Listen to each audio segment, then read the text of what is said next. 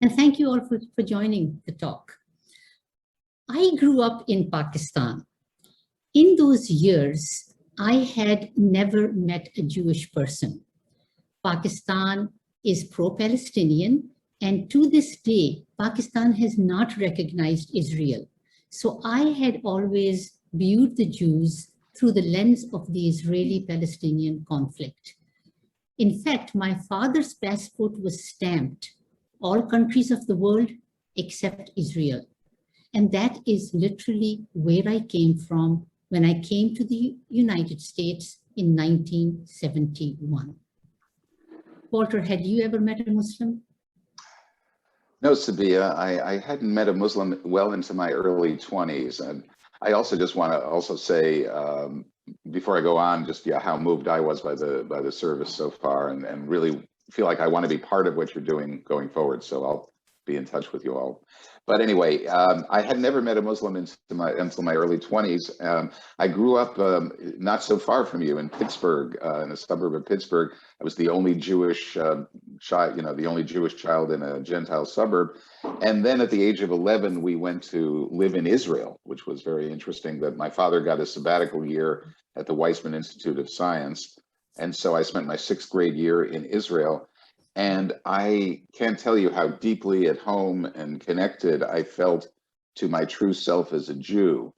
And it was an incredibly important year for me. And yet I had no interactions at that point with the other half of that of the world that identifies so strongly with those lands, like the Palestinian people, both Muslims and Christians. So I vowed after that year that I would go back and live there, and it was only then, later on in my late 20s, that I had the chance to connect with Muslims and Christians, the Palestinians. So what was it like when we had our first encounter with the other? What led us to change our perceptions of the other? And how did Walter and I end up getting engaged in interfaith dialogue? We talk about these stories in our book, We Refuse to Be Enemies. My experience was from the grounds up. Walter's was top down. I was a homemaker in the 1970s, and I would be hanging out with my Orthodox Jewish neighbors by the sidewalk, and we would be exchanging notes on halal and kosher and Yom Kippur and Ramadan.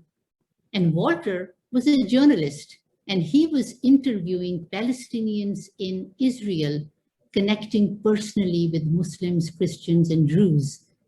And then much later in the 2000s, he was bringing together and hobnobbing with imams and rabbis. So we take you on our parallel journeys in our book as each of us shifted from being particularist, celebrating our identities first and foremost, to embracing universalism and celebrating our shared humanity. And then one day in 2010, our paths crossed. I was in the office working for the American Society for Muslim Advancement when the phone rang. The gentleman at the other end introduced himself. This is Walter Ruby. I am the Muslim Jewish Program Director at the Foundation for Ethnic Understanding. I was floored. An organization devoted to Muslim-Jewish relationship building? Neither of us had any idea where this relationship would take us. We would meet in interfaith spaces, but then in 2016, when my memoir, Threading My Prayer Rug, was being published, I realized that it would be nice to have an endorsement from a rabbi, Walter. Now, Walter is not a rabbi, but he worked for one. So I reached out to him and through email and asked him if Rabbi Schneier would be willing to write a blurb. And this nice Jewish gentleman, Walter, spent his day of rest on a Saturday reading the entire manuscript. And then he writes back and says, Sabeeha, why don't the two of us write a book? Walter, why did you come up with the idea of writing a book together? Well, Sabia, first of all, I love threading my prayer rug, and strongly recommend it to everybody on this call today. It's just a wonderful book about moving, the immigrant story of moving from you know, Pakistan to America, and rebuilding life, and a life of purpose, and love, and goodness. So I love the book, and I'd also been looking for some time so I said I'd love to write a book with somebody who's that talented a writer, but I also had been looking for some time for a Muslim co-author to write a book about this movement that I'd been involved with already at that point for about close to 10 years of building Muslim-Jewish coalition building friendship and trust between Muslims and Jews. And we'd had a lot of great successes up to that point, and yet very few people knew about it, knew that this thing even existed. So Sabeeha and I met, it was shortly after the 2016 election. And at that point, it already felt like our book had even another purpose, which was to really serve as a manifesto of why a Muslim-Jewish alliance was needed at a moment in history when both of our communities felt threatened by the rise of bigotry and authoritarianism. And I felt that as the two largest minority communities in America, we needed to stand together in support of democracy, human rights, and religious freedom, all of which make Muslim and Jewish life viable in this country. So that was really the core of it. And when Sabeeha and I began working on it, we identified 4 principles which we felt undergirded the work that we do, and that we do personally, and that others in this movement had been doing. And so we want to share them just very briefly, those 4 principles, which also evoked a lot of experiences and helped to grow the movement, I think. The first one I want to mention is the principle that if you save one life, it is as though you saved the world. Now, this is is in both the Talmud and the Quran. It's a central precept of both faiths, and it really really makes clear in a very powerful way that at the core of both Islam and Judaism is this reverence, is the commitment to mercy, passion, and justice, and the preciousness of every single life.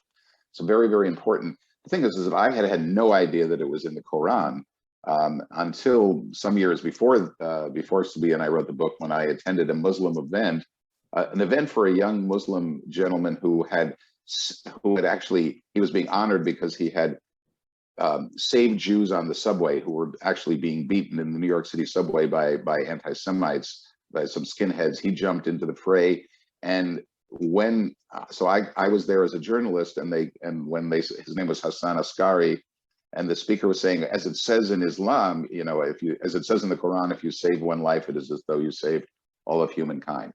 Incredible. I was like, oh my God, that's in the Quran. Very powerful. The point is that I didn't know it was in the Quran. When I talked to Sabeeha about it, she didn't know that it was in the Talmud. And 99% of Jews probably don't know that this is in the Quran. 99% of Muslims don't know it's in the Talmud, don't know. And it's so important. So this is an example, both of a very, very powerful precept, and another example of how we need to, our two communities, which have been estranged for a long time, need to learn to see so much that's common at our core. So that's the first principle that we write about. A second one is what we call Islah and Tikkun Olam. So Islah is an Arabic word that means reform, bettering the society. Tikkun Olam is a Hebrew expression that means repairing the world, and they both convey the common moral imperative to help those that are most in need. Again, a very core thing in both of our faiths. And we have tried to live that out in our Muslim-Jewish work by holding many, many events together where we feed the hungry and homeless, we visit sick and elderly folks, and again, of people of all backgrounds. We've held health fairs where Muslim and Jewish doctors and dentists treat people who don't have health insurance. And it's so powerful. It's great to have intellectual conversations about our faiths and differences and similarities, but when we're standing together in a homeless shelter with our aprons on, serving up hot food to hungry and homeless people, it just brings us together in a really, really powerful and palpable way. Sabeeha, do you want to say the other two? Yeah. So another principle that unites us is welcome the stranger. And as I was listening to the song, Be Welcome Here, Be Helpful to the Stranger Who Has Loved You All Your Life, it evoked the same principle. It's in the Quran, it's in the Torah. And what's interesting is that both Walter and my mother, our mothers, were refugees, and they were welcomed as strangers in their new land. When in 1947, when India and Pakistan was divided and Pakistan was created, my mother made the train ride from India over to Pakistan. On the way, the trains were attacked, thousands were massacred. She made it safely to the other side. She was welcomed in her new home. There she lived, there she thrived. And she believed till her dying day that if there was one place on God's earth that was made for her, it was Pakistan. Same with Walter's mother. She fled Nazi Germany, left Berlin, made her way over to Belgium, then to France, over to Portugal, and on her way to Ecuador, stops at New York at Ellis Island, and a highest official signs an affidavit, and she is able to enter into the United States. There she lived, there she thrived, contributing deeply and in many meaningful ways to the American landscape. And then fast forwarding to 2017, Walter is now standing outside the Supreme Court building, surrounded with protesters protesting the Muslim travel ban.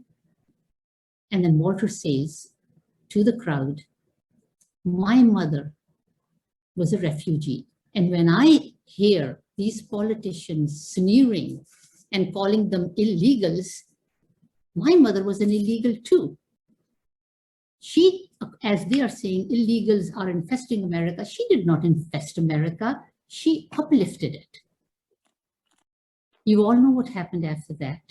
We lost the battle in the Supreme Court, but we won the war on the ground because it brought Muslims and Jews together in that moment of peril. And then the last principle that unites us, not the last, but one of the four, and many others, is standing up for one another. It was in February 2017 when my husband and I walked into Times Square. People were standing there holding up posters saying, today I am a Muslim too. Except that they were not Muslims, but they were there standing in solidarity with us against the Muslim travel ban. I was so moved, particularly seeing a 90 plus woman in a wheelchair, barely able to hold her head up, but people had come on a Sunday to stand up in solidarity with their fellow Muslims. And then not too long after, the tables were reversed, and now it was turn for us Muslims to stand up for our fellow Jewish Americans. Tell us about it, Walter. Yeah, it was October 27th, 2018, and I turned on my TV, I think it was a Sunday morning, and was watching CNN, and suddenly, to my horror, I learned that a crazed gunman, a neo-Nazi gunman, has broken into the Tree of Life synagogue in my hometown of Pittsburgh, a synagogue I'd been to, and had murdered 11 Jews at prayer. And it was a horrible moment for me, as I'm sure it was for so many. I mean, for everybody across the country. But I felt like in my gut, for the first time in my life, I don't feel safe as a Jew in America.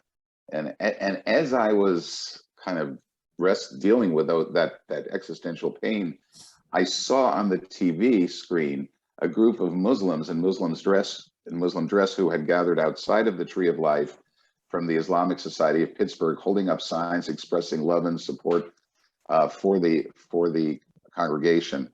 And it was very moving. It was kind of a testament because those two congregations had formed a twinning relationship, which was, I had not personally been involved in that, but as I had in many others across the country, but it it showed that having known each other already, it helped to bring them even closer at that terrible moment.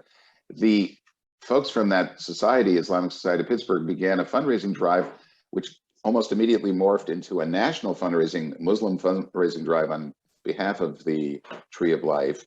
They raised several $100,000, and that was very powerful. And then the following Saturday, the following Shabbat, the Shabbat services in synagogues across America honoring the Tree of Life. There were untold thousands of non-Jews who just showed up, and many, many among those, I don't know the percentages, but maybe a third, a half were Muslim who came in places. And I had the honor, that it was a deeply moving moment, to be standing in a synagogue in the Northern Virginia with a Muslim gentleman, probably in his late 30s, who had his two small children with him. And I could see how moved they were, and I was moved to be. And at some point, I just kind of hugged him, and I just said, "I'm so happy, I'm so moved you're here.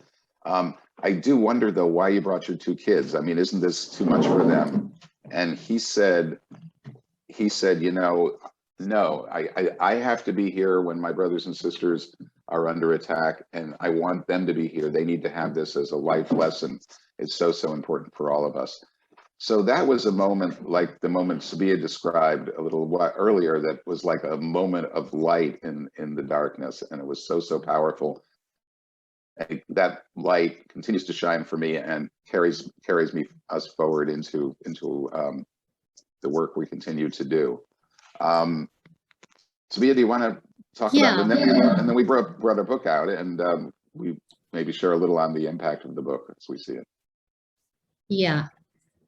So Walter and I worked on our book, and it was published this year in April. It's called "We Refuse to Be Enemies: How Muslims and Jews Can Make Peace One Friendship at a Time." We have done 57 book talks. This today is our 58th. And we still have 22 in the pipeline and continuing to add more to our calendars, which gives us a level of comfort that the message that we are imparting is being well received. Many of the hosts we knew, and many we didn't know, but they were part of the audience. And when they came and engaged in a conversation, they then would come and invite us to come to their library or their place of worship or their institution. So we've been going virtually to houses of worship, interfaith groups, libraries, professional associations, and academic institutions. And I think we've reached thousands of people and had a hugely positive reaction from both the Muslim community and the Jewish community. It's been an experience of joy, sharing our stories with our audiences.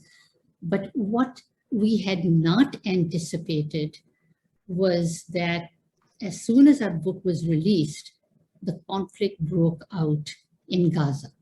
And then the whole tone of our discussions and our dialogue shifted to a more urgent and somber tone. And Walter, you can talk more about that. Yeah, so that, as many of you recall, was last May when there was this explosion of violence in Israel and Palestine, involving Gaza, involving violence within Israeli cities between Arabs and Jews, the violence even at the Al-Aqsa Mosque in Jerusalem, one of the holiest sites in Islam. Anyway, very, very, it just felt like a whirlwind. And